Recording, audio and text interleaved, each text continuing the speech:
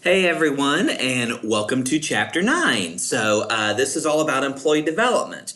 Just a little bit ago in Chapter 8, we were talking about the performance management process, what that looked like, what we expect from managers as part of that process. But now I want to kind of talk about employee development. The whole purpose of this chapter is what are we doing as HR managers to try to ensure that we're getting the best out of our employees, that they feel like they're growing, that they're developing, that they're really contributing to the success of the organization. And there's many different ways that we can do that. So let's talk about a couple of them.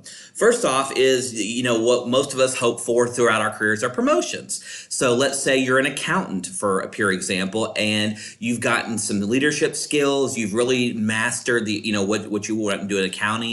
Maybe you decide to get your department will promote you to the manager, where not only are you doing accounting type work, but now you're leading individuals and you're working on the budget and you're kind of managing the overall process. So obviously with promotions, that's what we all hope to get in our careers. I think everybody wants to be able to make more money and have a better title. So that's something that's common to all of us. Now, again, there are certain jobs where, some people are very content to never leave that job. Before I got into higher education, I actually used to work in casino gaming in human resources.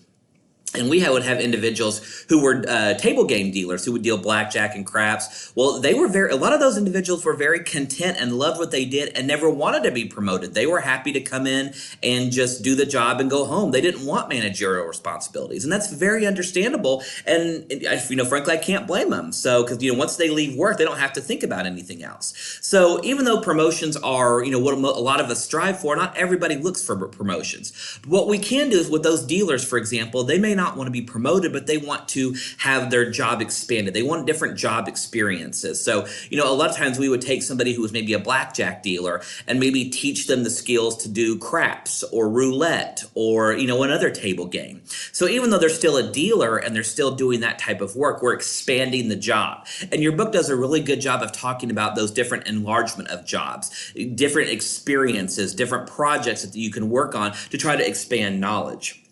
Another thing that we see a lot of that your book describes is job rotation. And again, job rotation is incredibly important, even if it's not part of an overall promotion or even an overall process to look at. Job rotation is incredibly important. So for pure example, here at Oklahoma State, where I work, we have interns here in our HR office. And as part of their experience, we don't want them just to work in our benefits group, just to learn benefits. We rotate them everywhere. So they spend several weeks working in benefits, and then they'll work in training and development. Then they'll work in employment, and then they'll work in employee relations and labor relations, and then maybe like absence management. The whole point is we rotate them throughout these different areas so that they get this great overall experience. So if they were just working in one area, then they would have a very narrow view of what HR is about. And as you've seen throughout the class so far and will continue throughout the semester, it's incredibly important to know that HR has many different components. So job rotation is incredibly important for what we want to do. Another topic that our book talks about a lot is transfers or lateral moves. And you'd be surprised how often this actually really occurs. A lot of times, like I'll take here at Oklahoma State, a lot of times what we'll see is we'll have somebody, let's say, is an administrative assistant, let's say in our marketing department. Well, there could be a reason why it's just not the right fit for them. Maybe the work is just not compatible to their skill set.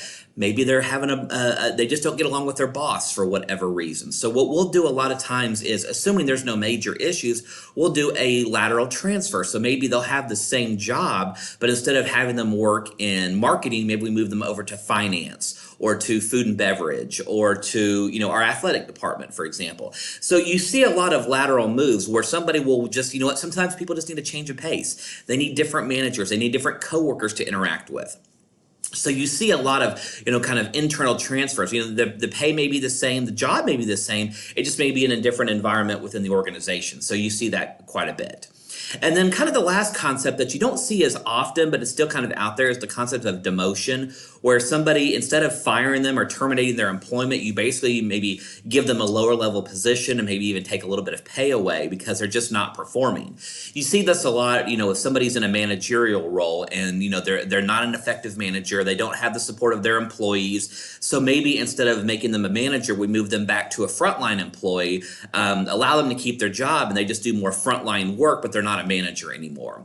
So, and those are always tricky because once you take somebody's title away and maybe even lessen their pay, that could create additional issues that you have to consider. So, again, I really like Chapter 9 because, again, Chapter 9 is kind of the fun and the creative way that we're really trying to develop our employees and keep them motivated throughout the organization. So we'll discuss this a little bit more on the message boards as well as in this week's assignment. So if you have any questions about Chapter 9, please let me know. Thanks, everyone.